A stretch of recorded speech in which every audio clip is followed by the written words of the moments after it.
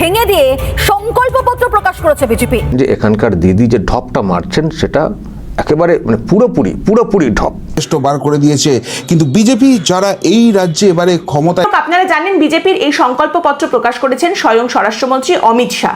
ঘুরে গেছে। আজ যদি সঞ্জয় রায়ের ফাঁসি হয়ে যেত তাহলে এই অর্ডার কিন্তু দিতে পারতেন না। খুন হয়ে যাচ্ছিলেন অভয়ার মা। কেন্দ্রীয় স্বরাষ্ট্রমন্ত্রী অমিত শাহজি কলকাতায় এসে সেই সংকল্প পত্র প্রকাশ করলেন এবং সেখানে অনেক প্রতিশ্রুতির কথা সামনে রাখা হয়েছে। তাই কোনটা দিয়ে শুরু করব সেখানে একটা কনফিউশনের জায়গা আছে।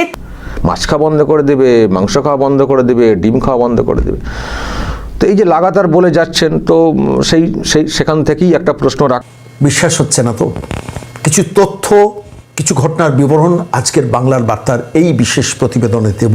অভয়ের মা আপনারা কে জানেন? রত্না দেবনাথ। এবারে পানিহাটি বিধানসভা নির্বাচন ক্ষেত্রে তিনি প্রতিদ্বন্দ্বিতা করেন। সাজাপ্রাপ্ত সঞ্জয় রায় আজকে নিঃশ্বাস নিচ্ছে, আজকে বেঁচে আছে, আজকে জেলে আছে বলেই সুযোগটি আপনারা পাচ্ছেন যে লার্জার কনস্পিরেসি বা পুরো ঘটনাতে কে রয়েছে, কি ব্যাপার, কেন ধামাচাপা দেওয়ার গল্প এসেছিল, সেখানে কি নেই। এক কথায় বলা যেতেই পারে সেটা একটা মাস্টার স্ট্রোক হয়েছে এবং তৃণমূল কংগ্রেসের জেতার যেটুকুনি সম্ভাবনা অবশিষ্ট ছিল না, আজকে বিজেপির এই সংকল্পপত্র প্রকাশের পর সেটা একদম তাই আমি আর আপনি যাতে সেম পেজে থাকি, এই যে সংকল্প বা বিজেপির প্রতিশ্রুতি সেগুলোকে আমি 4টে ভাগে আপনাদের সামনে রাখছি। প্রথম ভাগ প্রশংসনীয়, দ্বিতীয় ভাগ বিতর্কিত, তৃতীয় ভাগ উন্মাদনার কাছাকাছি এবং চতুর্থ ভাগ বলতে হয় তাই বলা হয়েছে। কোনটা কেন্দ্রীয় নেতারা, যারা কেন্দ্রীয় মন্ত্রীরা একাধিকবার সেটা জানিয়েছেন। আজকে কেন্দ্রীয় স্বরাষ্ট্রমন্ত্রী অমিত শাহ তিনি কলকাতায় এসে রাজ্য বিজেপির তরফে যে সংকল্পপত্র, অর্থাৎ তারা ক্ষমতায় এলে আগামী 5 বছরে কি কি করবেন সেই সংকল্প হয়েছিল ওনার কাছে, তো উনি বললেন যে আপনি এটা মানেন, তাহলে কেন এই প্রশ্ন করছেন। আসলে সাংবাদিক যারা আছেন তাদেরও অনেক জ্বালা আছে। কেউ হয়তো বলবেন যে কেন এই প্রশ্ন করতে গেলেন, প্রশ্ন করতে গিয়ে একটা হাসির রোল হয়েছে অবশ্যই, কিন্তু যে সাংবাদিক এই প্রশ্নটা করতে গিয়েছিলেন তিনিও হয়তো এবং স্বাভাবিকভাবে মমতা বন্দ্যোপাধ্যায়ের উদ্বেগ আছে এই পানিহাটি নিয়ে। যদি অভয়ের মা জিতে যান, যদি অভয়ের মা বিধানসভায় পৌঁছে যান, ফলত অভয়ের মাকে শেষ পর্যন্ত কি পৃথিবী থেকে সরিয়ে দেওয়ার কোনো নিপুণ পরিকল্পনা আমি জানি না। কেন ঘটনাস্থলকে নিয়ে এখনো পর্যন্ত আমাদের মধ্যে কনফিউশন রয়েছে। পুরো মামলাটাই কনফিউশনের মধ্যে থেকে আমরা দেখলাম যে অভয়ার মা শেষ পর্যন্ত প্রার্থী হতে চাইলেন, কারণ তিনি পাওয়ার চাইলেন। তো আজ আমরা দেখতে পেলাম যে বড় সড়ো নির্দেশ দেওয়া হয়েছে যে জলি যাত্রা কার্যত নিশ্চিত হয়ে গেল। কেননা সেখানে কি নেই, সেখানে মহিলাদের কথা স্পেশালি রয়েছে, সেখানে যুবকদের কথা, যাদের চাকরিটা চাই তাদের কথা রয়েছে কৃষির কথা, প্রত্যেকটা সেগমেন্টকে কভার করা হয়েছে এবং সংকল্পপত্র আজকে তিনি প্রকাশ করেছেন এবং সেটার নাম দেওয়া হয়েছে ভরসার শপথ। তো সেই ভরসার শপথে প্রথমেই যেটা রয়েছে যে কেন্দ্রীয় যিনি সভাপতি, যিনি জাতীয় সভাপতি বিজেপির, তার ছবি রয়েছে। এত বড় কথা বলতে চাই না, এত দুঃখজনক কথা বলতে চাই না, কিন্তু গতকাল যে ঘটনা ঘটেছে, নান্টু বাহিনী পাঠিয়েছিল ওয়েল ডান গার্লস কথাটা বলার জন্য একটি বাহিনীকে। আমি সেই ভিডিও দেখেছি, আমি কিছু তথ্য আপনাদের কাছে দেবো, কিন্তু আজকের এই প্রতিবেদন শুরুর পর্বে বাংলা এটাই চেয়েছিলেন উত্তরটা, যে এমন কিছু একটা উত্তর দিন শাহ যাতে করে নতুন করে ঝামাটা ঘষে যায়। কারণ তিনিও ভালো করে জানেন যে সাংবাদিক প্রশ্ন করেছেন, তিনি জানেন না সেটা আমি কখনো মনে করি না, তিনিও নিশ্চয়ই জানেন যে অন্যান্য রাজ্যে মাছ মাংস সবই শুধুমাত্র সাজাপ্রাপ্ত নয়, যাদেরকে সন্দেহ করা হবে নতুন করে তাদেরকেও জেরা করতে পারে সিবিআই। পুনরায় জেরা, এটা বৃহত্তর ষড়যন্ত্রকে প্রমাণ করার জন্য পুনরায় জেরা করতে পারে কোনো যদি নতুন হদিশ মেলে। প্রধানমন্ত্রী নরেন্দ্র মোদী শ্রমিক ভট্টাচার্য এবং শুভেন্দু অধিকারীর ছবি দিয়ে পাল্টানো দরকার চাই বিজেপি সরকার। রাজ্য বিজেপি সভাপতির একটি চিঠি আছে, সেই চিঠির পাশাপাশি 15টা প্রতিশ্রুতি প্রথম পাতাতে রয়েছে। আমরা এক এক করে একটু আলোচনা করব যে কি কি দিল নির্বাচনী প্রতিশ্রুতি। এগুলো যে হাওয়ায় ভেসে করা হয়নি, এগুলো যে বাস্তব ভিত্তির উপর করেছে, এটা ওই পাইয়ে দেওয়ার রাজনীতি নয়। সত্যিকারই ডাবল ইঞ্জিন সরকারের ইম্প্যাক্টটা কি হবে বাংলায় তা প্রতি ছত্রে যেন চলে, যেখানে বিজেপির সরকার আছে সেখানেও চলে। তবুও করেছিলেন যদি একটা ভালো রিয়াকশন আসে, তবে রিয়াকশনটা ওইভাবে দিলেও রিয়াকশন কিন্তু খারাপ হয়নি। উনি সাংবাদিককে বললেন যে আপনি মানেন, তাহলে কেন এই প্রশ্ন করছেন। বার্তা যারা দর্শক আপনারা জানেন, অভয়ের মা রত্না দেবনাথ দরজায় দরজায় ঘুরছেন, বাড়িতে বাড়িতে পৌঁছচ্ছেন। সাম্প্রতিককালে একটা ছোট্ট ভিডিও আপনাদের আগে দেখাবো, তারপর ফিরে আসছি। তাই সেটা না করে আমরা মানব সেবায় ভর্তি হতে চাই। এবার দেখুন, একটা কথা প্রথমেই পরিষ্কার, সংকল্পপত্র বা ইস্তেহারে একটা রাজনৈতিক দল যা যা প্রতিশ্রুতি দেয় সেগুলো সব কটা একেবারে অক্ষরে অক্ষরে রাখতেই হবে এমনটা একেবারেই নয়, এমনটা হয়ও না, একদম প্র্যাকটিক্যাল কথা।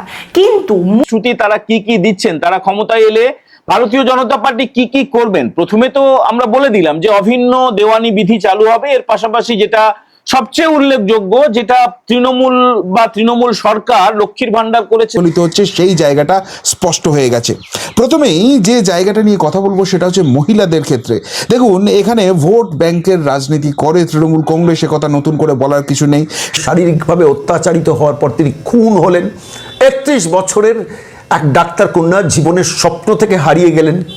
তার বাড়ি থেকে ফোন করে তার বাবা মাকে ডেকে নিয়ে যাওয়া হলো। মূল যে প্রতিশ্রুতিগুলোর কথা থাকে সেগুলো অবশ্যই সেই রাজনৈতিক দলকে ক্ষমতায় এলে রাখতে হয়, বিশেষ করে যেখানে টাকা পয়সা দেবার প্রতিশ্রুতি করা হচ্ছে যে আমরা ক্ষমতায় এলে আপনাদের এই টাকা পয়সা দেওয়া হবে। এই জায়গাটা 1,500 টাকা করে মহিলাদের ব্যাংক অ্যাকাউন্টে যায়, সেটা হয়ে যাবে 3,000 টাকা, এবং যারা চাকরি পাননি তাদের ভাতা দেওয়া হয় 1,500 টাকা। মানে রাজ্য সরকার একদম ভোটের কয়েকদিন আগে মাত্র ঘোষণা করেছে সেই ভাতাটা হয়ে যাবে 3,000 টাকা। সেই জন্য লক্ষ্মীর ভান্ডার চালু হয়েছে, না মহিলাদের সশক্তিকরণের জন্য নয়, আমার আপনার ট্যাক্সের পয়সায় তাদের ভোটটা কেনার জন্য। যে কারণে ভোট এলেই 500 টাকা করে বাড়িয়ে দিয়ে মহিলাদের উপর যে অত্যাচারটা হয়। হয়তো ভাববেন যে পাল্টা দিলেন সাংবাদিককে, সেটা না। সাংবাদিক তো একটা ইন্টারেস্টিং একটা উত্তর পাওয়ার জন্যই তো করেছিলেন। উনি তো ভালো করে জানেন যে সব হয়, সব খাওয়া দাওয়া সব হয়, তবুও এটা কিন্তু অবশ্যই করে প্রতিশ্রুতি রাখতে হয়। দ্বিতীয় কথা হচ্ছে, দেখুন, কেন্দ্র আর রাজ্যে একই সরকার যদি থাকে, মানে যেটাকে এখন বলা হয় ডাবল ইঞ্জিন সরকার, ডাবল ইঞ্জিন ট্রিপল ইঞ্জিন যাই বলুন না কেন, বিনীত গোয়েল পৌঁছে গেলেন, মুরলীধরন পৌঁছে গেলেন, মমতা বন্দ্যোপাধ্যায় তখন ঝাড়গ্রামের মাটিতে সেখানে নির্দেশ মোতাবেক পৌঁছে গেলেন। মর্গের সামনে নান্টু ঘোরাঘুরি করতে শুরু করলো এবং তারপর বডি নিয়ে ভরসার শপথ। বিধানসভা নির্বাচন 2026, বিজেপি পশ্চিমবঙ্গ, বিজেপির 15 প্রতিশ্রুতি। কি দেখে নিন। সেইটাকে ভুলিয়ে দিয়ে ভোট কেনার চেষ্টা চলে। আর সেটা নিয়ে আপনারা অনেকেই আশঙ্কিত ছিলেন যে তৃণমূল কংগ্রেসের এই যে জায়গাটা রয়েছে তার ফলে মহিলা ভোট কি বিজেপির দিকে আসবে, মহিলা ভোট শুধু বিজেপির দিকে আসবে না, অর্থাৎ ডবল করে ঘোষণা করা হয়েছে। সেটা খুবই ভালো, আশাপ্রদ। মানে মহিলাদের স্বাবলম্বী হওয়ার জন্য, নিজেদের পায়ে দাঁড়ানোর জন্য, এবং যারা চাকরি পাননি তারা যাতে একটা সম্মানজনক ভাবে নিজেদের, না মহিলারা যদি বিজেপিকে এই রাজ্যে ক্ষমতায় আনে তাহলে তাদের জীবনের চালচিত্রটা, জীবনের মানচিত্রটা যে আমূল বদলে যাবে, সেই ছবিটা কিন্তু আজকে অমিত শাহজি স্পষ্ট করে দিয়েছেন। কেন্দ্র বা রাজ্যে সেম সরকার থাকলেই যে রাজ্যের সমস্ত সমস্যা দূর করে দেবে কেন্দ্রীয় সরকার এবং একেবারে হাঁড়ি হাঁড়ি টাকা পয়সা রাজ্যকে পাঠিয়ে দেবে, দিয়ে সব সমস্যার সমাধান হয়ে যাবে, এমনটা কিন্তু দে দৌড় টালা থানাতে অভয়ার বাবা মাকে প্র্যাকটিক্যালি বন্দি করে বসিয়ে রেখে জনৈক সঞ্জীব মুখার্জি, প্রাক্তন কাউন্সিলর, তিনি তাকে ঘিরে বসে রইলেন। প্রথমেই মহিলাদের সশক্তিকরণের জন্য তাদেরকে ওই কিছু টাকা পাইয়ে দেওয়া নয়, 3,000 টাকা, যে কথাটা বারবার শুভেন্দু অধিকারী, শ্রমিক ভট্টাচার্যরা অত্যন্ত গুরুত্ব দিয়ে বলে আসছিলেন। কোনো কিছু ক্লু যদি পায় তাহলে ইমিডিয়েটলি তদন্তকারী আধিকারিক জেরা করতে পারবেন। আর দ্বিতীয় হচ্ছে সন্দেহ ভাজনদের তালিকায় যারা রয়েছেন, যে কেউ যে কোনো বড় পুলিশ অফিসার হতে পারে, যে জীবন চালাতে পারেন, তার জন্য এই ভাতাটা ঘোষণা করা হয়েছে। তো আমি 1, 2, 3, 4 করে কয়েকটা মূল পয়েন্ট আপনাদের সঙ্গে আলোচনা করতে চাইছি। প্রথম পয়েন্ট হচ্ছে জাতীয় নিরাপত্তা সুনিশ্চিত করা হবে। মানে যেভাবে কাঁটা তার পেরিয়ে চলে আসছে, হয় না। একটা রাজ্যের যদি টাকার প্রয়োজন হয় তাহলে লোন চাইতে হয়, কেন্দ্রীয় সরকার টাকা দিতে পারে, সেটা লোন হতে পারে, এবং সেই লোনের সুদ দিতে হয়, কম হলেও সুদ দিতে হয়, বা কেন্দ্র যে টাকাটা দিয়েছে তার বিনিময়ে সেই জায়গাটা ইনশিওর করে দেওয়া হয়েছে। এই রাজ্যে বিজেপি সরকার হলেই আর 1500-1700 টাকার তুচ্ছতা ছিল নয়, একবারে কর করে 3,000 টাকা মহিলাদের সম্মানের সঙ্গে দেওয়া হবে।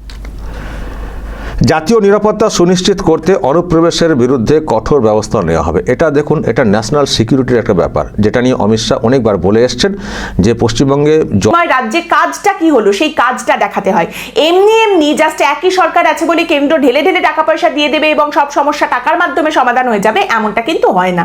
সেরকমটা শুধুমাত্র 3,000 টাকা দিলেই তো মহিলাদের সশক্তিকরণ শেষ হয়ে যায় না, সেখানেও অত্যন্ত গুরুত্ব দিয়ে ভাবা হয়েছে শুধুমাত্র মহিলা পুলিশ। একেবারে হাটে হাড়ি ভেঙে দিয়েছেন অমিত শাহ।